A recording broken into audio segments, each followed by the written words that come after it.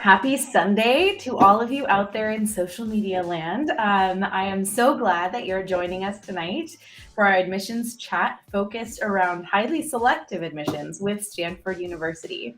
And while everyone signs on, I want to invite you to add any questions you may have for our featured speaker into the comments box on your respective streaming platform. We'll do our best to get to as many questions as we can before we finish up tonight.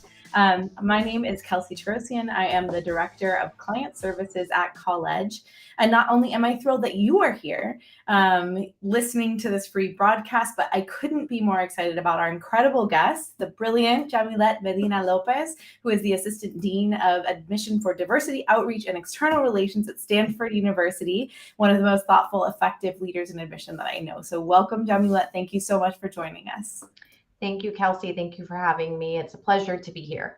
Yay. And I think, for all of you out there, I get extra joy because, fun fact, Yamilet was actually on the very first interviews of the interview series that, has launched this whole college admissions literacy series way back in 2020 with our dear friend and colleague, Nikki Chun. And the mission of this series tonight for all of you watching is really to bring better access to higher education, better information about college admissions to students and families everywhere. And I really can't think of a better person for all of you to learn from than Yamilet. So yay, let's get going. So we've been seeing a ton of changes in admissions. Kind of this mass redistribution of applicants has rolled through in the past few seasons since the beginning of the pandemic and test optional. And if you don't know, we have even more change on the horizon, very likely to come as the Supreme Court ruling about race-conscious admissions comes to a close. We're expecting that a ruling may come out within the next couple of months. And at the same time, we're continuing to see this kind of the serious really repercussions of all of this change on the mental health of everyone in the educational profession, and even maybe more markedly on the high school and college going populations. So I'd love to kind of start there. What changes have you noticed, Yamilet, to the applicant pool, processes, priorities, new initiatives, anything at all in your work since the beginning of the pandemic? Yeah, absolutely. Thanks for asking that, Kelsey. I think I do want to frame this in different ways. So some of the things that we have seen at highly selective institutions have been different from the trends that we have seen in higher education. And so I want to make that distinction first and foremost, because it is very important. And I want to talk about a little bit of the trends on both our end and perhaps what we are seeing more widely since the pandemic started in 2020. And so, for us, there is a lot of, this is a lot of the narrative that's out there is there's an increase in applicants because of test optional policies. And so we have definitely seen an increase in applications. I would say we saw a larger increase right in 2020 when a lot of these policies were implemented. We've seen an increase in applicants from outside of the US. And those trends were, they were true before the pandemic, but the pandemic essentially really started to sort of speed, fast track that, if you will. Yeah. And so those are some things that we continue to see. And I think we will continue to see, given the fact that many of us are still reviewing test optional policies. Again, we have to gather data. We have to involve other folks that are respective universities who look at those policies. And I just say that because I think a lot of times families think that admission offices make these decisions on their own. And a lot of times it is in consultation with university administration, faculty, committees, board of trustees, right? Lots of different stakeholders that are part of this process. And so I think we'll continue to see some schools that will continue to be test optional. We will see some schools that have returned to requiring testing. We've already seen that. And so again, there is a variety of things happening. And that is, again, I will say, that is very focused on the highly selective space. I think in higher education across the board since the pandemic, what we have seen is a decrease in applicants, especially those that are the first in their family to go to college, or perhaps students who are working and helping to support their families, and even middle-class families where both parents perhaps lost their source of income due to the pandemic. So it's not an exclusive sort of thing with just first-generation college students, but it's just something we've seen across the board. And so those are some of the trends that we are seeing. And you mentioned this a little bit in your opening, but just I will say students are talking more about mental health in their applications. Some of them just addressing some of their concerns, some of the things that they're thinking about as they've been, right, very isolated, sometimes for more than a year, depends, where students were. That is a trend that we continue to see even in what students are writing about and what they're sharing about. Mm-hmm. I think it's really an important thing. There have been some really, really tragic things we've seen in the news with the high school going population down here in LA recently. And I just want to throw a resource for everyone into the comments box here. There's a wonderful organization called Teenline, which is a teen-to-teen support group. So if you or someone is really, really struggling, please, help them, send them resources. Teenline can be a wonderful one so that you're actually connecting with people your age and really talking through what you're struggling with. So, kind of thinking about these trends, and I think, Yamilet brings up a really good point, and that's why I use the word mass redistribution rather than increase, because there is this kind of, people are thinking, because they're seeing these crazy, admit rate drops and really, really tiny numbers, especially from the most highly selective level. But they're thinking this is happening everywhere and that it's just becoming impossible to get into college, which is in fact not true. There's, nearly 4,000 schools just in this country alone. And unfortunately, there's schools that are losing steam. And that's not because they're not awesome schools. It's because really the public eye is on these like top 50, and that kind of narrative and conversation is very dominant right now. But for the schools that students know about, as these admit rates often tend to shift in these kind of non-positive ways, the process, I do think it's become even more stressful, even more kind of seemingly random from the perspective of students and families looking towards college. And as somebody who's been an admissions reader and works in this world, I know that it's definitely not random. So I would love to spend some time kind of unpacking the realities of admissions with you, maybe starting with institutional priorities, because I think that's a nice grounding element. And to define what that is, for all of you out there, if you think of institutional priorities, of a school as almost like a person, each person has their own code of ethics, their morals, the things that they would really fight for, that they believe to be the most important things. That's basically what institutional priorities are at the school level. Would you say that kind of covers what they are? Yeah, I would. I think again, you can look at a lot of times what a university's mission is, and you will definitely find some language around institutional priorities. All of them will not be defined there, but it will have the spirit, sort of what those priorities are. And so, that is why the process seems random to students. And so I often say, I use the phrase, it is not predictable, but it is intentional. It's intentional, it's careful, and it's thoughtful. And I understand that it doesn't feel that way to families because they see the varying degrees of decisions that we make in a given year, in given, consecutive years. But I do think, again, if you're paying attention to some of these things, places where you can sort of ground yourself in data, right, is looking at common data sets for schools. And so that, again, that gives you sort of that larger perspective, that gives you some indication of volume, which is another reality that we deal with, which again drives admit rates, and we don't talk about it enough, right? So there's this perception that because someone is very selective, the quality is incredible. Now, I'm not saying the quality of a Stanford education is not a great education, right. But that is not the sole indicator of quality. And so we hold on to things like what's in the narrative, right? The rankings, which again, the narrative is really centered around mostly about 50 colleges and universities, when we know, like you said, there's over 4,000.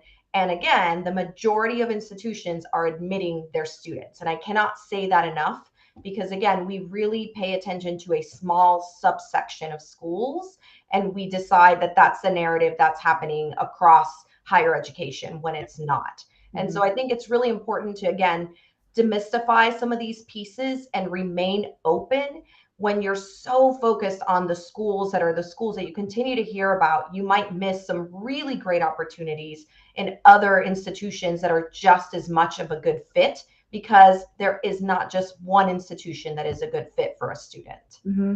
Such brilliant advice. I don't think I could have said it better from the counseling end. And one thing I've been saying is that with my students, is if we're starting to build our lists, is kind of unpacking this wave that we're seeing and how it started at the highly selective level, and then it went to kind of the 10 to 20% admit rate schools, and how it's kind of trickling through certain schools, but not all schools. The importance of balance on your list. So really making sure the end goal isn't applying. This is not the end of the race. This is the beginning of it. The end goal is actually attending college. And you want to make sure that you have colleges on your list that, yes, you're excited about, that are wonderful fits for you, and that are, not highly rejective, but are in fact going to have their doors wide open to you and excited about you as a student. So I think that that's really wonderful advice, and kind of narrowing in on that fit piece. How does that fit, that institutional priority, play in at Stanford? I know that you must have a highly academically competitive admit pool. And what I often tell my students is fit isn't just about you. Fit is also something that institutions are looking for, maybe even more so than students.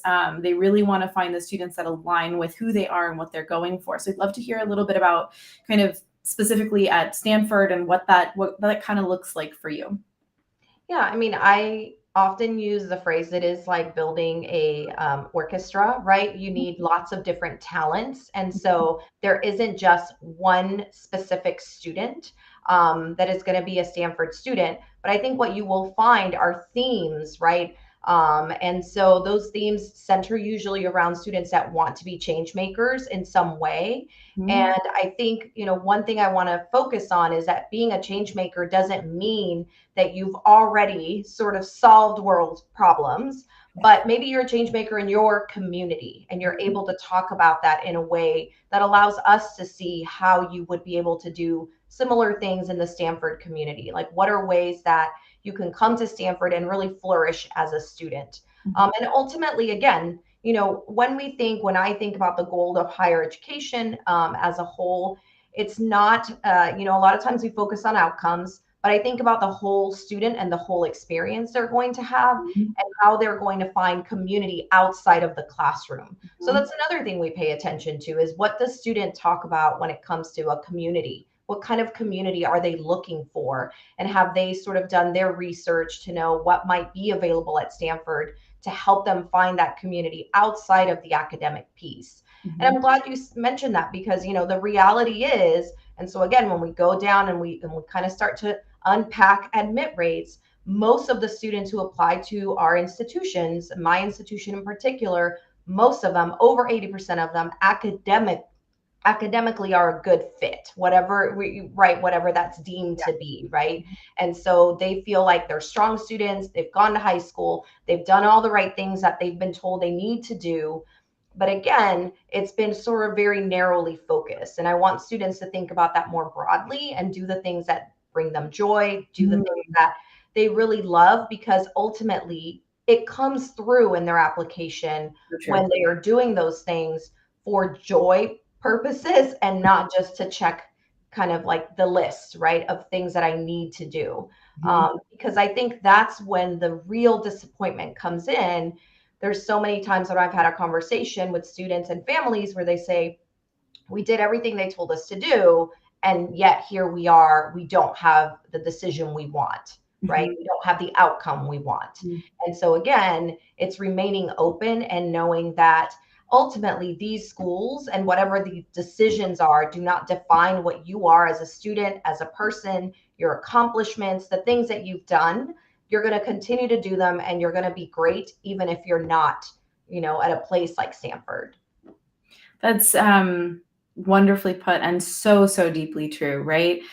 So, I mean, I think students, parents, if you walk away with no other gem tonight, that's what I want you to hold on to, right? It's go for the joy, go for what matters to you, students. And that comes through in the application. And if you're really excited and you see so much fit at Stanford, go for it, apply, and make sure that you apply to other schools and you apply to schools that have, amazing things, amazing communities, opportunities that are great for you, and that you can offer a lot of what you have to offer to, knowing that you just yourself, you're enough, right? Your kid is enough. Your kid is amazing. And it isn't tied to whether they go to Stanford or whether they go to Occidental or whether they go to Caltech, just thinking of local schools. It is wholly born within them. So such a wonderful message. Thank you so much. Now, as we kind of roll towards the end of our time together, I've heard, you talk a lot, or not a lot, but a bit about kind of wanting all different kinds of students, that there's not one Stanford student, and knowing that the Supreme Court decision is coming up around diversity. I would love to just hear a little bit about kind of the benefits of diversity, what diversity really looks like, and any predictions you have for the future with this kind of Supreme Court decision coming down the line. Yeah, I think I'll focus on what we know now and what the law is currently. I have no idea what sort of the future holds, but I want to talk about what I think the public thinks the benefit is of being race conscious versus how it looks in practice, right? Yeah. And so, again, this is one factor of many. For some reason, and a lot of it is tied to public narrative, we have sort of this idea of like, this is the one thing that makes a difference in the entire process, even if other factors don't have don't carry the same strength. Mm-hmm.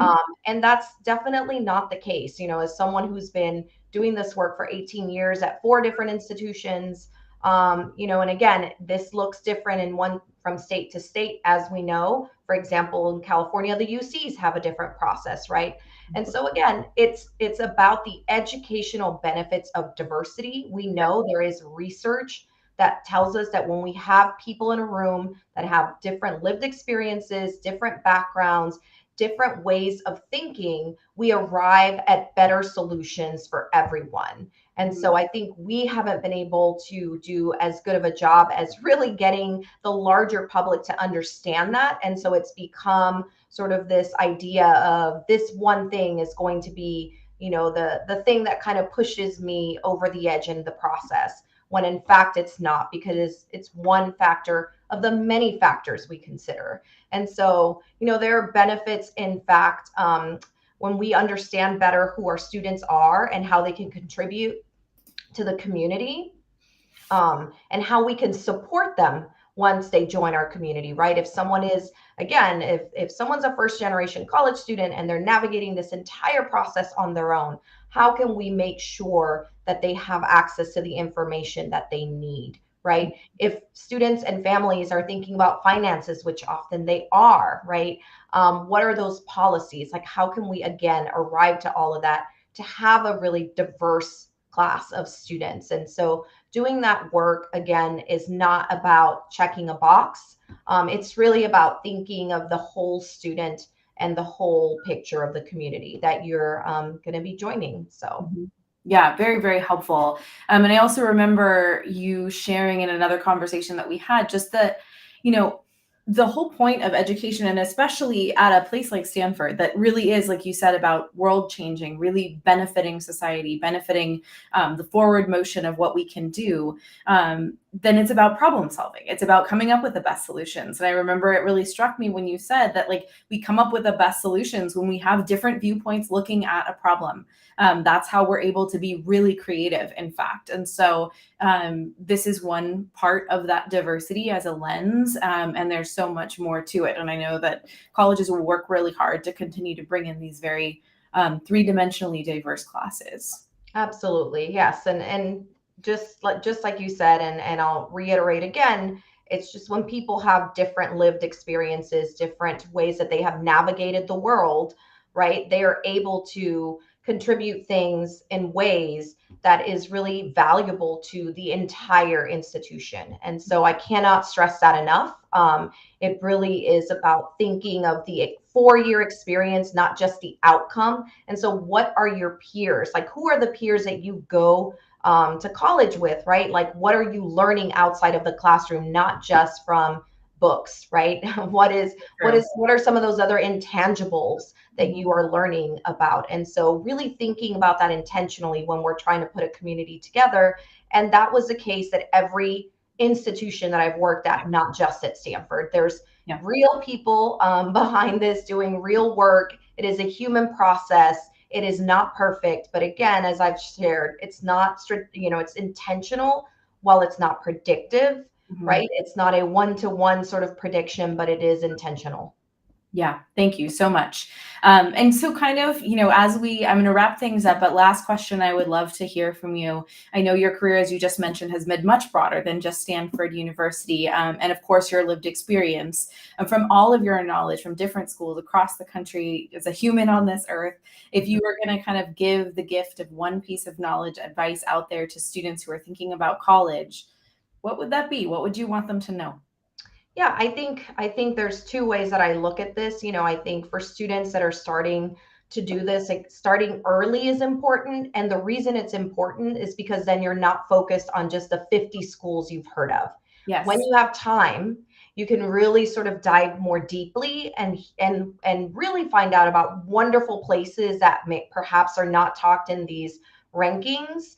And I bring that up because again, that's another place that's not a starting point. That should not be a starting point for your research, is rankings that often, most of them don't have quantitative data.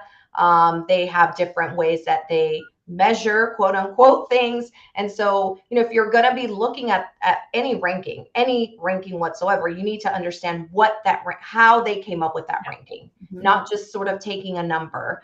And so again, by starting early, you're able to really peel back all of these pieces and unpack that, right? And then the other thing I'll say is, as someone who was a low-income student who navigated this process highly on their own, independently, right? So if you're a student who comes from that background, or you're the first in your family to go to college, is that there are people at institutions like me that will help you and answer your questions. And so sometimes we're called admission officers, assistant directors, assistant deans, right? Like we have different titles, but ultimately what I want students to know is there is someone at that college that can help you and can answer your questions. And I don't want you to be discouraged, even when it might be challenging, because there is a lot to navigate. If there's a college and career center at your high school, and you can ask about local community-based organizations that help with the college process, just keep asking questions. So don't be discouraged, and know that you also belong, and that this process is also looking for students like you. Very well said. Thank you so much for saying that. And all of you out there can benefit from that, right? No matter what background you come from, ask questions. It's an involved process, and there are people out there who are ready to help you and who want to help you. So as we come to a close, I'm going to go ahead and I see some questions coming into the comments box, so please keep them coming. I'm going to throw one form in. I would love all of your thoughts. If you would like to have, the recording sent to you, if you want to send it off to a friend, we want to share this information as broadly as possible. We would love to have your feedback. So click on the form that I've just thrown into the chat, fill it out. And we're going to get to as many questions as we possibly can. But as we come to a close, if at the end you find that you have more questions, please feel free to reach out to us. I'm going to throw that contact information in as well. Okay, so we have a great question from Cherry in our chat here, wondering if you have any advice about a good place to start researching which colleges might be right for a student, if not rankings, which I think is great advice. Where would you recommend a student start? Yeah, I mean, there are different tools. I don't want to give any sort of publicity to any particular tool, Sure. but right, Big Future is one that I have used with students, and it's actually a very good tool. I know that there are some other places, and perhaps this is something that you can also speak on a little bit more, Kelsey, so that it doesn't feel like I am highlighting any one resource over another. But I have used Big Future myself. I think the other thing that I have done is with students, before you even start researching, I ask them to sit down and make a list of the things that matter. So I think that's where you start, right? And And that means not just sort of what you're interested in studying, but do I want to be in a big city? How far from home do I want to be, or how far from home can I be given our family's financial situation? So starting first, before you even start sort of looking at places, with a list of the things that matter, with a list of the things that you want to pay attention to, and then from there starting to build a list, right? Mhm. And so there are, again, different resources online, but before you even start the list, you need to know what is important so that you know how to even build the list. And so I say that's the first place to start. And then from there, you can move forward. Very, very wise. When I'm in my counseling work, I take it even a step further and I have students actually dive into what they believe to be kind of their core values.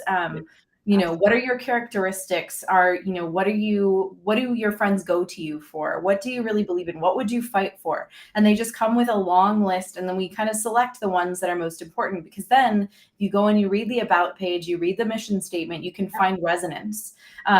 And so I think that, and then really figuring out facets, things like that. This is actually a process that is more about self-discovery than it is about college discovery, because as you research, you should be learning more about yourself than anything else, figuring out what goes in your basket of fit.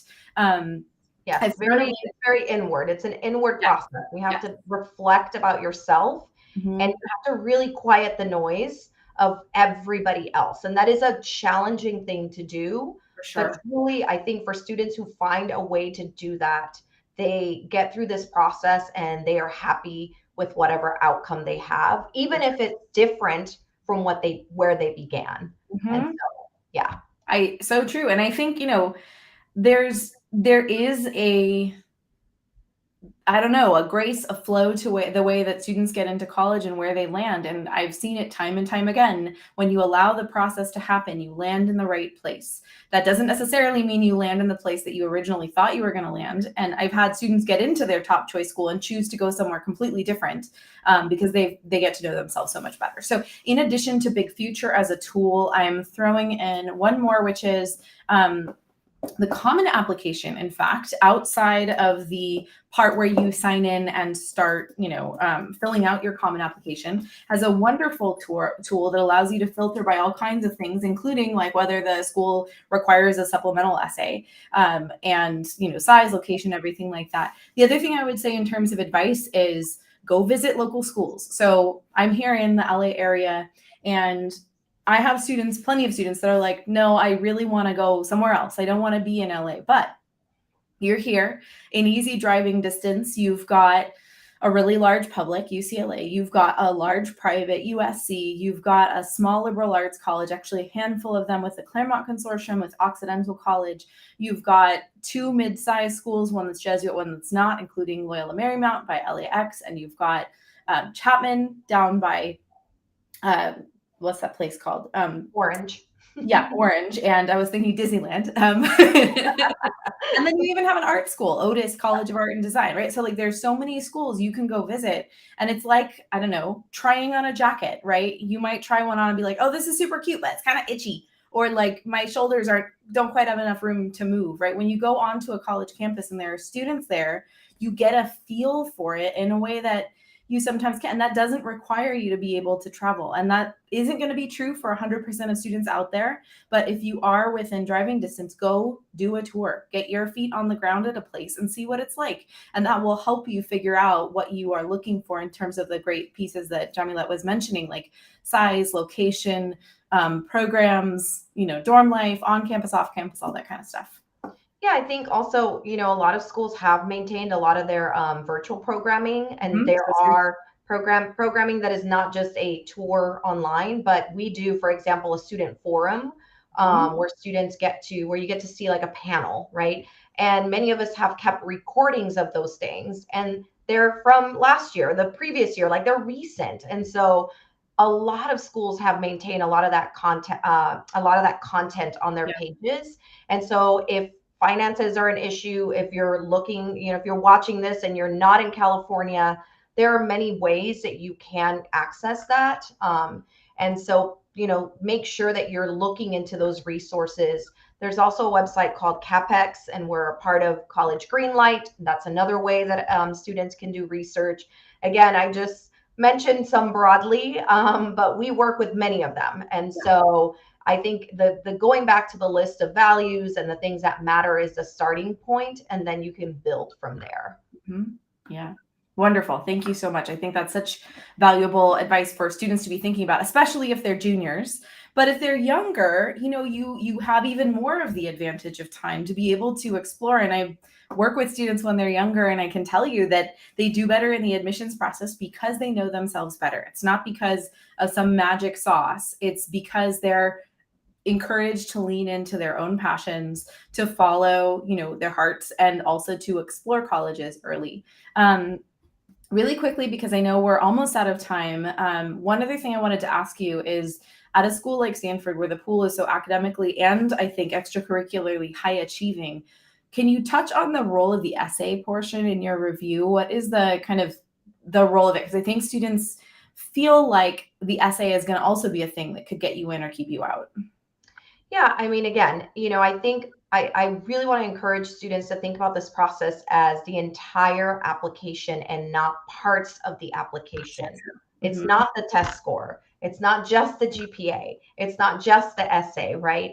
But what I want students to pay attention to, so we are a Common App institution, and that is, we are exclusive. So that's the application that we use. And there is a Common App essay, which is the essay all schools will look at. And so ultimately, you're the topic of the essay, right? Like, you don't want to write that essay. You don't want to tailor it to any one school because we're all looking at it. So you are the topic, and that can be hard. It can be hard to write about yourself because that's not usually how you write in high school. You're writing about topics or things. And perhaps some of you are. It depends on, I've seen students who take creative writing classes, for example, and do a lot of self-reflection and a lot of internal sort of looking within. And so that is what the essay is. It is looking within. But beyond that, there are supplemental essays, supplemental pieces. Some are short answers, shorter essays. And I think that is where, students often, they get so caught up in the main essay, they kind of don't really spend as much time reflecting on some of those perhaps shorter questions or shorter essays. And they are just as important, because everything that you write in the application, and this is how I try to explain it to students, that's what you can control, right? Your grades are what they are at that point, right? If you apply with a test score, because we are test optional, then that's the score that you have, and that's what you're moving forward with. But in the classes you took, that's your schedule, that's what you have. The writing is really where you can dive more deeply into what you want us to know about you. And so it goes, really, that's true of all the writing you do in the application, not just the essay. And again, disavowing yourself from this idea that there's going to be the one thing that's going to be the thing. And I often get that question at college fairs, right? Like, what's the one thing that you're looking for? And I have to just say to students over and over and over, it's not one thing, it's how all of the pieces come together. And that is what a holistic review process is, right? It allows us to look at your writing, your letters of recommendation. It allows us to look at your test scores, your GPA, everything that you're presenting to us. So we're not just looking at you through one lens, but through all of the pieces of the application that you so thoughtfully and carefully shared with us. Wonderful. Thank you so much. I think that sheds a lot of really great, accurate light on the review process, not just at Stanford, in fact, but at most schools out there.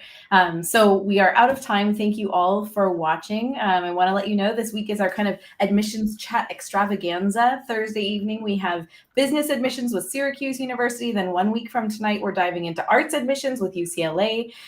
So you'll have access to a lot of wonderful professionals right here. And I hope that we get to see you there. So I'm going ahead and popping those two links if anybody out there would like to learn about business admissions or Syracuse University arts admissions or UCLA. And I want to encourage all of you to keep your eye on our events page. We have a lot of upcoming chats that are going to be centered around all kinds of topics. And again, the whole goal is to get the information out there to everybody. We have topics like the parental role in the admissions process, what it is and isn't, demonstrated interest, and one of my personal favorites, crushing the Common App, which is actually a walk through the entire Common application.